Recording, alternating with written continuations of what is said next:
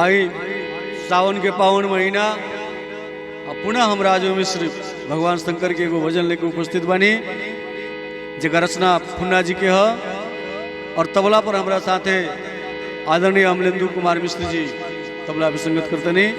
आई भगवान शंकर के एगो भजन सुनल जाओ कि सावन के महीना में जब देवघर खातिर कंवरिया लोग चलेला घड़ी के का स्थिति होला।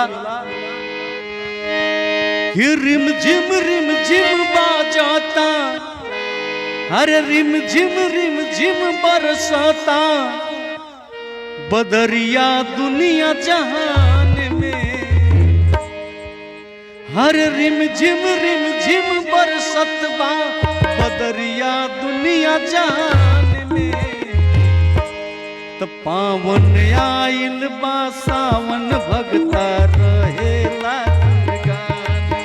पावन आइल बा सावन भगता रहेला गुणगान।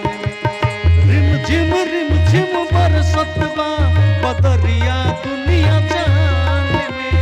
रिम झिम बरसतबा, बदरिया दुनिया जहान में। पावन आइल बा सावन, पावन आइल बा सावन भगता रहेला गुणगान। पावन आइल बा सावन भगता रहेला गुणगान।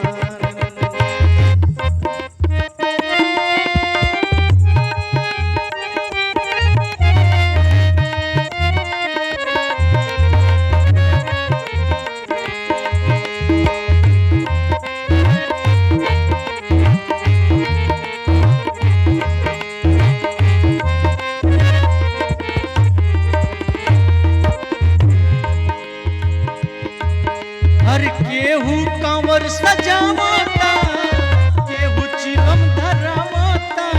केहू कांवर सजावता, केहू चिलम धरावता। केहू बोल बम कही के जयकारा लगावत बा।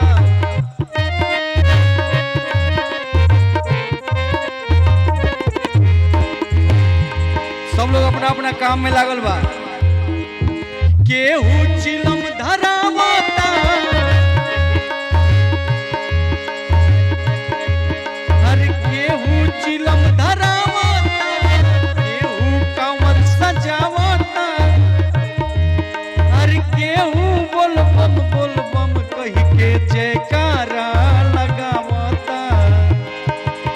तो लागल बा दरबार बाबा के देवघर स्थान में। लागल बा दरबार बाबा के देवघर स्थान में।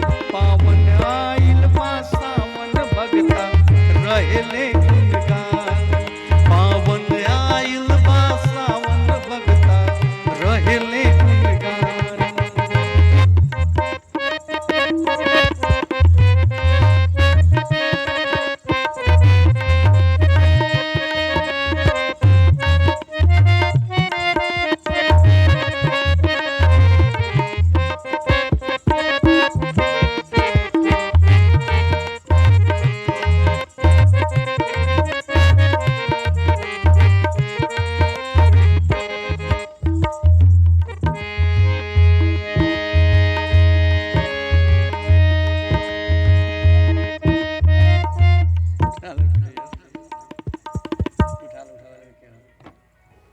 आ जाए बंद कर दूँ, छोड़ के